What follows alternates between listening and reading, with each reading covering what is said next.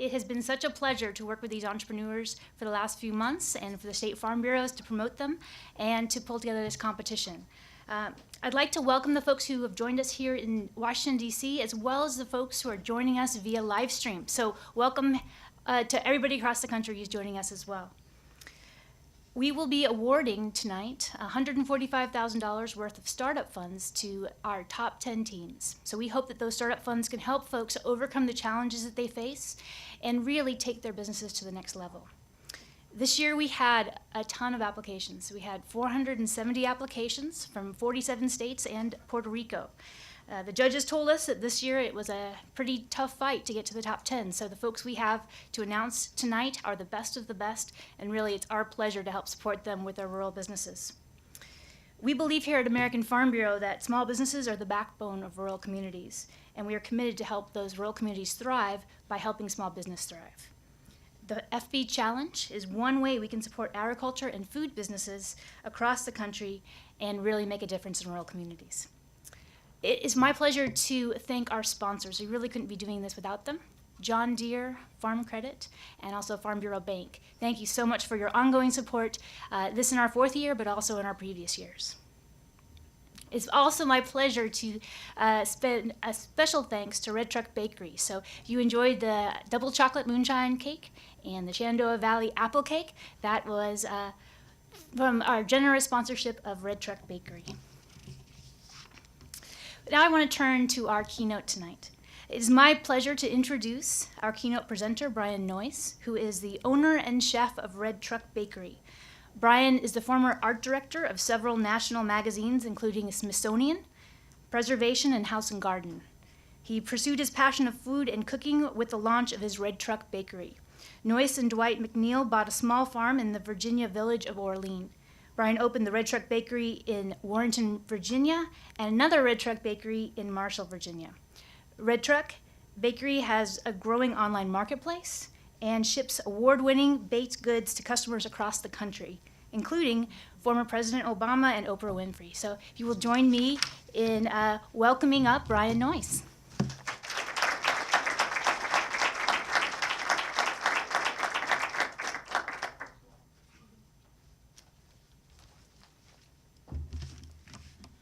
Hey there, I'm Brian Noyce, as you heard, a California boy hired by legendary editor Ben Bradley to be the art director of the Washington Post back in 1984.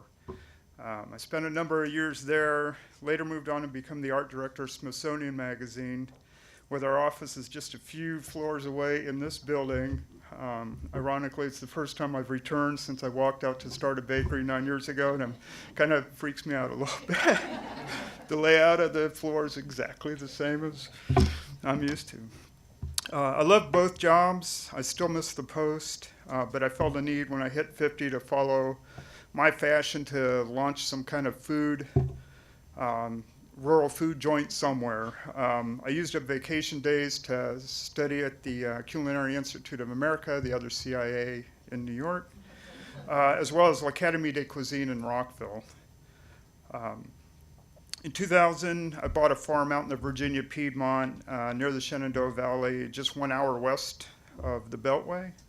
Ever the art director, I thought that what it really needed was an old red farm truck, and I found a beautifully restored 1954 Ford F100 Ford-O-Matic online. I was contacted by the seller, who turned out to be designer Tommy Hilfiger, who had the truck on his Connecticut farm and shipped it down to me in Virginia. On Friday nights after I left this building, I drove out to the farm. I baked up some pies, breads, some killer granola, and sold it out of the back of the red truck at a couple of upscale country stores nearby on Saturday mornings. Pretty quick, I had a line of customers waiting even before the stores opened, so I kind of knew I was onto something. I designed a website and started shipping some items online. Food writer Marion Burroughs of the New York Times happened to be at a picnic on the 4th of July in Rappahannock County, where someone had served up my pies, quiche, and breads. She wrote about what I started to call my Red Truck Bakery in our holiday roundup of 13 of her favorite food sites online. My website hits went from 24 one morning to 57,000 the next morning when her story came out.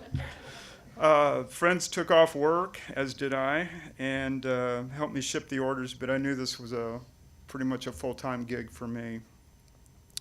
In 2009, I gathered up some investors and looked all over the county for a good site. I had a background working at the National Trust for Historic Preservation as the art director of Preservation Magazine, so I really got that drummed into my head. I wanted a historic mercantile building of some sort and not some strip center on the bypass. I eventually found, I first looked at the town of Marshall, which was about 20 minutes north, right on 66, but it seemed too sleepy. I eventually found a sweet rural spot in an abandoned 1921 SO filling station.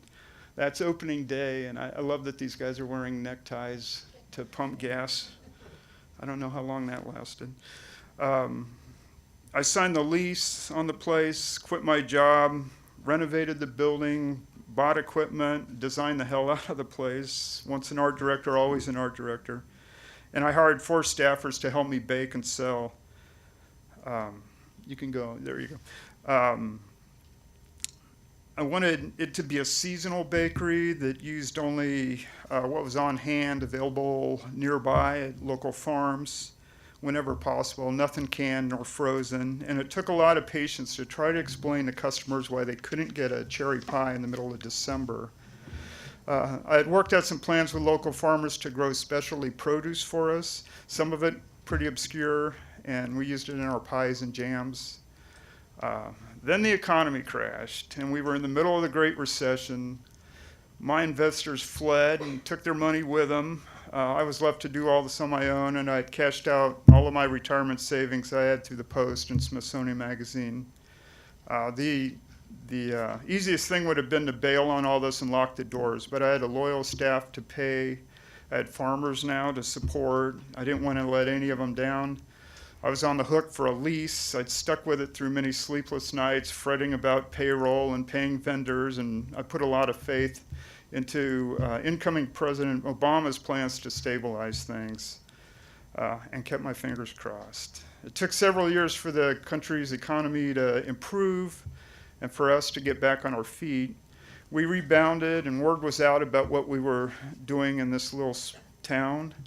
Esquire, Southern Living, Garden and Gun magazines wrote about us. We were now a destination. People started showing up at the bakery with copies of those magazines. They were on road trips going up or down 95 from Charleston or Tampa or Boston, and going out of the way to see what was going on with this little rural bakery they were hearing about.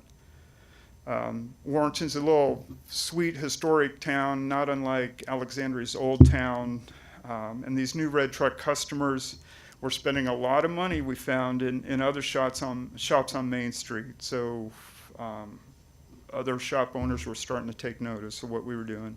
Shipping was growing too. We were now sending hundreds of items out across the country, but we had no room to do it. We had to kick the bakers off the stainless steel kitchen tables so that we could box up before the UPS guys showed up. In the winter, we were trying to locate offices nearby, and we were rolling carts of baked goods down in ice and snow and rain, and it wasn't going to happen too long without have problems happening. I looked again at the village of Marshall, Virginia, 20 minutes north, as I said. It was a cowboy town, down on its luck. The local family grocery store had just closed. There were plenty of abandoned buildings on Main Street. But it was just a mile off of 66. I fell in love with this former ashtray bar and cafe that were in 2 adjoining historic mercantile buildings. The 2 buildings were 4 times the size of our current store, and even had a shipping area in the back and a loading dock where the UPS guy could show up. I signed the lease, we gutted the place. I once again art directed it to death and made it much more like the original reason it was built, which was a pharmacy in 1924. The second floor was a Masonic lodge. The adjoining building, which is now conjoined, was a kind of a little secret tavern and sweet shop. We opened on Labor Day in 2015, and the previous slide shows opening day. Actor Robert Duvall, who's a neighbor, a customer, now a buddy of ours, cut the ribbon. If you're able to go back, that'd be great. There you go, thanks. Actually, that cowboy doesn't do ribbons, so I had to find a thick farm rope to straddle across the door. He pulled out a pocket knife and sawed through it. I grabbed the knife out of his hand, told him he's never getting that back, and we now have it framed and autographed just inside our front door. Okay, sorry, then you can go to the next slide.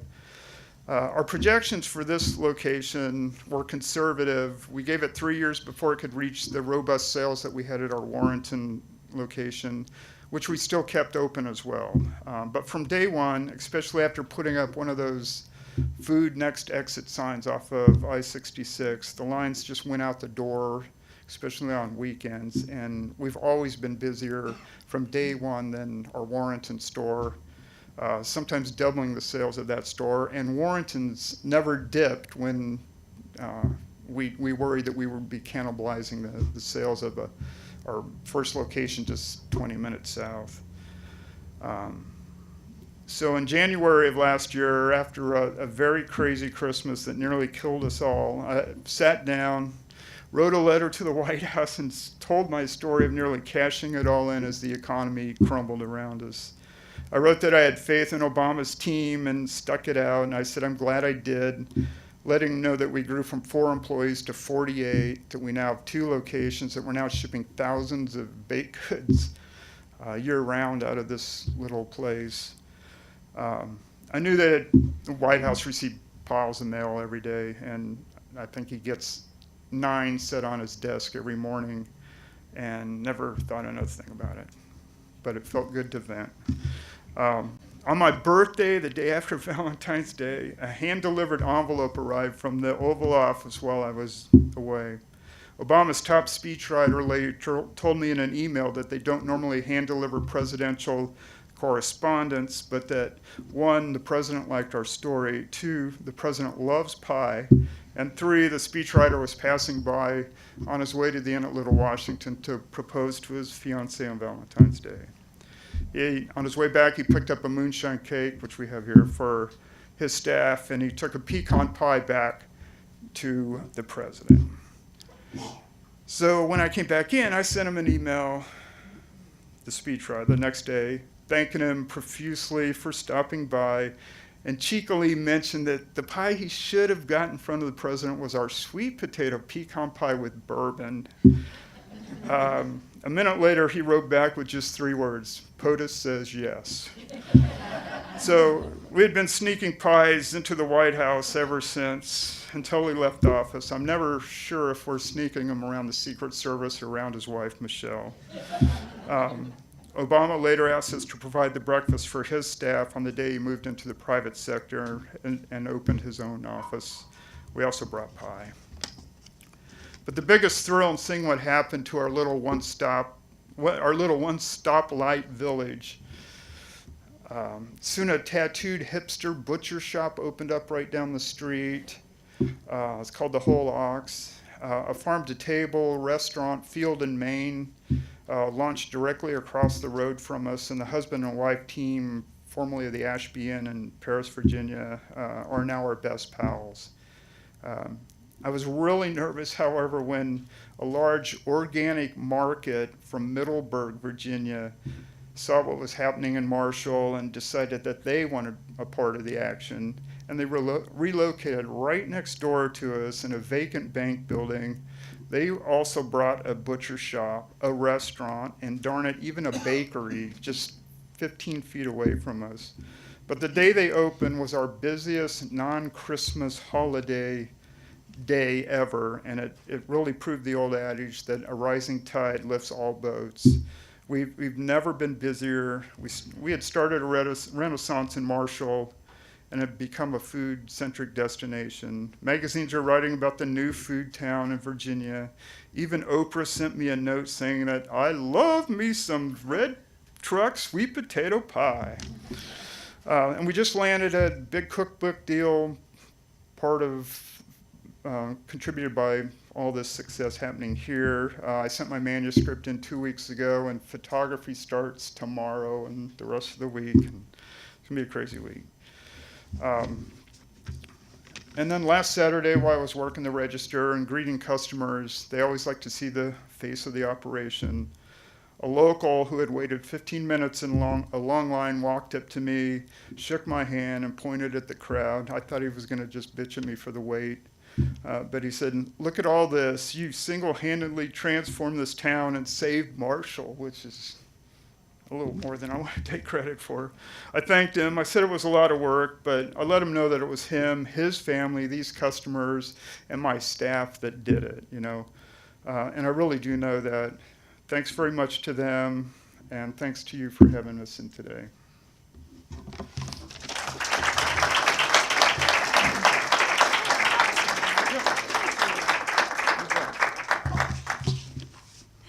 Thank you so much, Brian. Your story is inspiring, and that's really what we hope happens with the folks that we support, that they go back to their hometowns, and those businesses help those rural communities thrive. That all of that good business draws in more people, and all the businesses in that community are brought up with that extra tide. It is now my pleasure to introduce Ann Hazlett, the Assistant to the Secretary for Rural Development. An Indiana native, Hazlett has worked on agriculture and rural issues for over 15 years. Working in both the U.S. House and Senate, Hazlett has most recently served as Republican Chief Counsel for the Senate Committee on Agriculture, Nutrition, and Forestry, where she was an advisor on many issues impacting rural America, from farm bill programs to broadband and child nutrition. In addition to her public service in Washington, Hazlett was the director of the Indiana State Department of Agriculture and served as an advisor to Indiana Governor Mitch Daniels on agriculture and rural issues. Please join me in welcoming Ann Hazlett.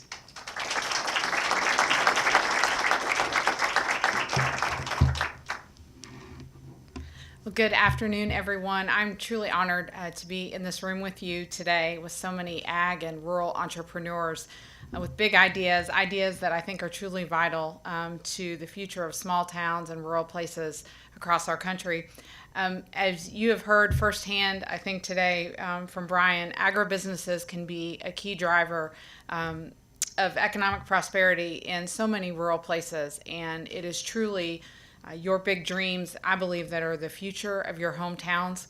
And with that passion, I'm really inspired by each of you in this room today. I'm also grateful for this chance to be back amongst friends with the Farm Bureau organization.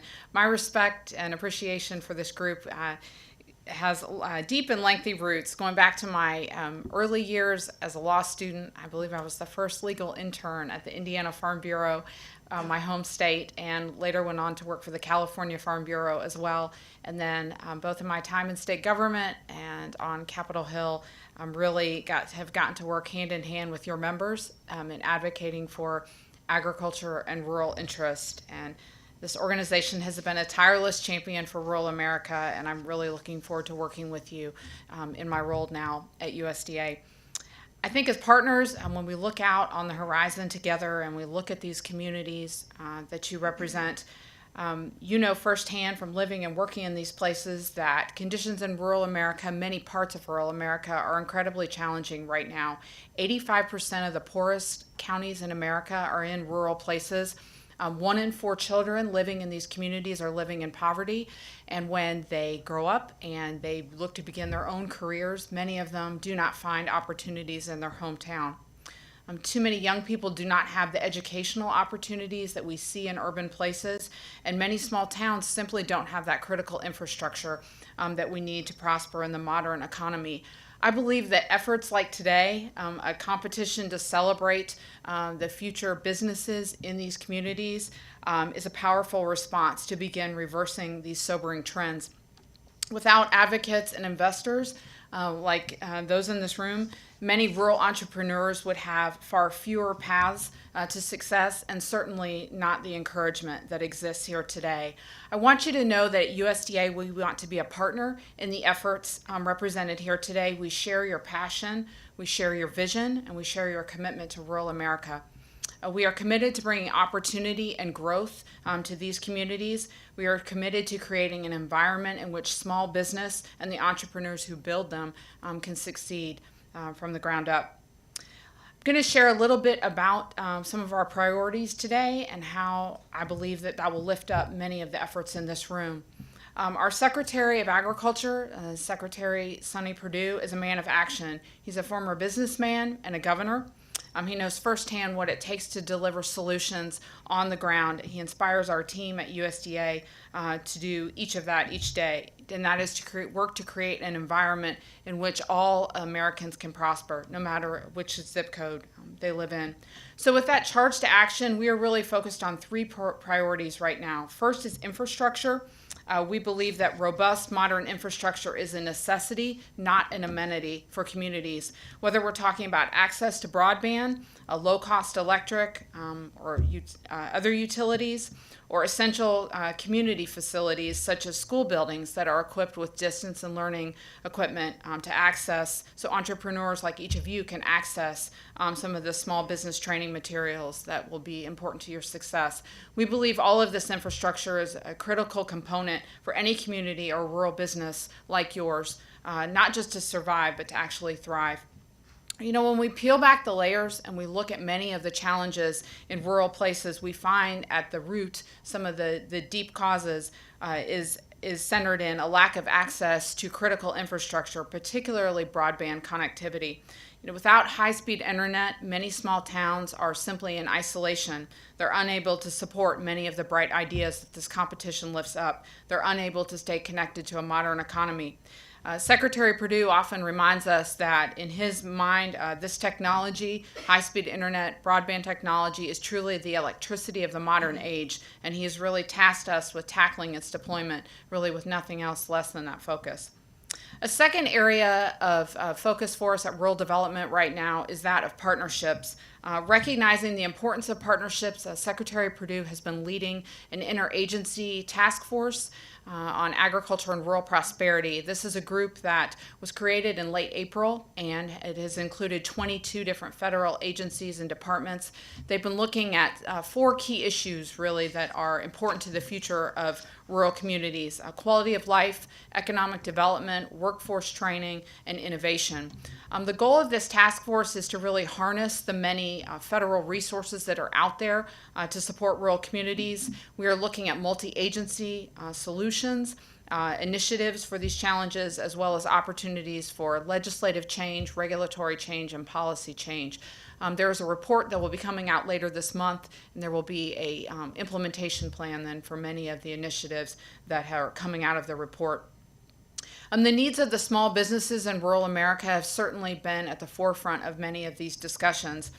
With that focus, I look forward to seeing how the activities of the task force will assist each of you here today. In addition, I think about Farm Bureau members, and I think about the long history that this organization has in being on the front lines, solving problems in your solving challenges in your communities, and I'm looking forward to the partnership and implementation of the ideas of the task force with Farm Bureau. Finally, in addition to infrastructure and partnership, we are focused on innovation, a priority that I am quite confident I share with each of you here today. Innovation and creativity is at the core of your DNA. Because of innovation, you're here today really to celebrate new and important ideas that will build economic opportunity in your hometowns. In that spirit of leadership, Secretary Perdue has announced his intention to create a Rural Development Innovation Center. This is going to be a new team in our rural development mission area that will work alongside our utility, housing, and business agencies. It will be led by an innovation officer, and we are hoping that coming out of this team, we'll be focused on things like best practices, leadership development, capacity building, and with these tools, we believe that the center will enable us to use many of the programs that we have at rural development to be more effective in supporting new and emerging businesses like each of you. Finally, beyond the Innovation Center, we are focused on changing the business environment for rural economic development. As you may know, Secretary Perdue is a lifelong businessman, and under his leadership, removing government barriers to prosperity has been a top priority and is certainly a top priority for our team. We have a regulatory reform group that's poring over many of the rules that are impacting rural America, both inside USDA and out. This group is asking tough questions like whether some of the benefits of the rule are worth the cost and what impact it's having on business development. We'll then be moving forward to make changes to those restrictions. I think about Farm Bureau, and whether it's in state government or here in Washington, D.C., you have been tireless champions for regulatory relief and common sense solution to business environment. And we very much welcome the guidance of the Farm Bureau membership on particular rules that are creating barriers to prosperity and for business development, like each of you here today. At USDA Rural Development, we have a long-standing motto that we are committed to the future of rural communities. And for an entrepreneur like many of you here today, I know that future is the one in which you can root your business and chase your dreams. So just want to leave you with the thought and the commitment that we want to be a partner in this effort, and we look forward to working with you going forward. Thanks for having me.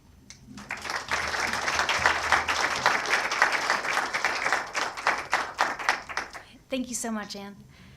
So this year, we had an incredible group of business ideas submitted by Farm Bureau members, but we had a few businesses that impressed our judges the most.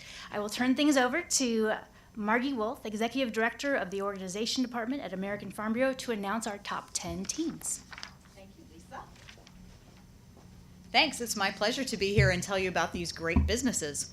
So first, I'll announce the 6 semifinalist teams who will each be awarded $10,000. Each of the state farm bureaus will be awarding those prize money and a certificate back home in their states. And these are the businesses that won Best in Show awards. First, the Best Agritourism Startup Award goes to Homegrown Hideaways Certified Kitchen from Kentucky. They provide agritourism activities on their Kentucky farm, including agricultural workshops, farm-grown food, and music festivals. Next, the Best Craft Beverage Startup Award goes to Waynesville Soda Jerks from North Carolina. They offer handcrafted sodas and syrups featuring local Appalachian agricultural products. The Best Ag Technology Startup Award goes to Sail Ring from Iowa. They developed an online livestock auction that allows users to bid, buy, and sell using their cell phone. The Best Farm to Table Startup Award goes to Grassroots Farmers Cooperative from Arkansas. They purchase animals from local rural farmers and provide processing, packaging, and sales so farmers can focus on farming activities. The Best Local Products Startup Award goes to Hidden Pastures Dairy from New York. They have a goat farm that produces high-quality goat milk gelato. The Best Farm Startup Award goes to Pangea Plants from North Carolina. They're an organic farm that grows herbs such as lavender for national and international supplement companies. Please join me in a round of applause for those winning teams.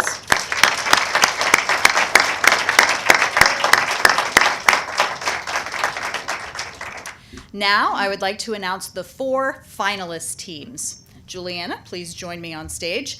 Each team will be awarded $15,000 to develop their business, and they will also be competing at the AFBF convention in Nashville this January for the chance to win $25,000.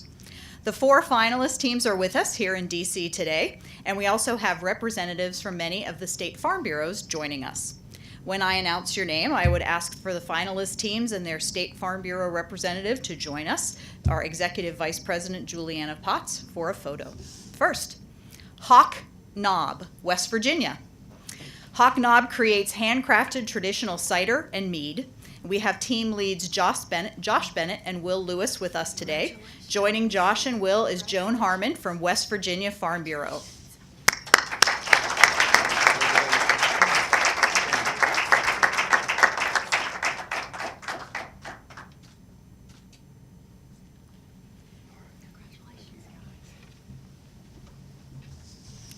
Next is Swine Tech Inc. from Iowa.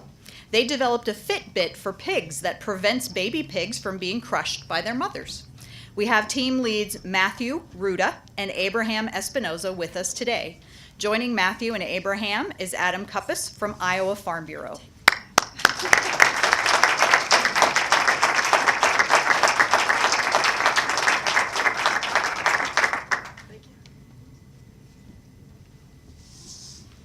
Next is Wild Valley Farms from Utah.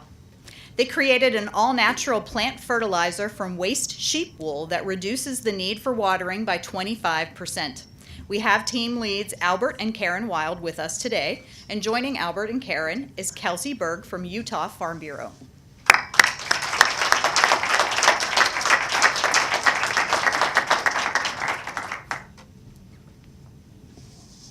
And our fourth finalist is GeoAir from Tennessee. They invented a drone that detects molds in row crops like corn. We have team leads Alexander Adams and Edward Sobek with us today. And unfortunately, representatives from the Tennessee Farm Bureau were unable to join us, but Juliana is prepared for double congratulations.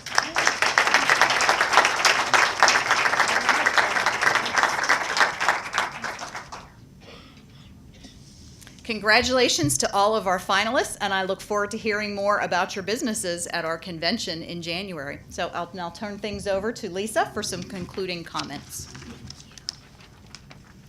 Well, thank you so much, Margie, and I appreciate all of the great businesses we had today. You guys are really inspiring, and it is our pleasure and our honor to be able to support you in what you do with your businesses. Thank you everybody here who joined us today for the announcement here in Washington, D.C. Thank you to all the folks who are watching us online through our live stream. If you'd like to learn more about the challenge competition, please visit our website, and we'll keep you posted on what's happening with these businesses and also their path to our convention and their final round. Thank you so much.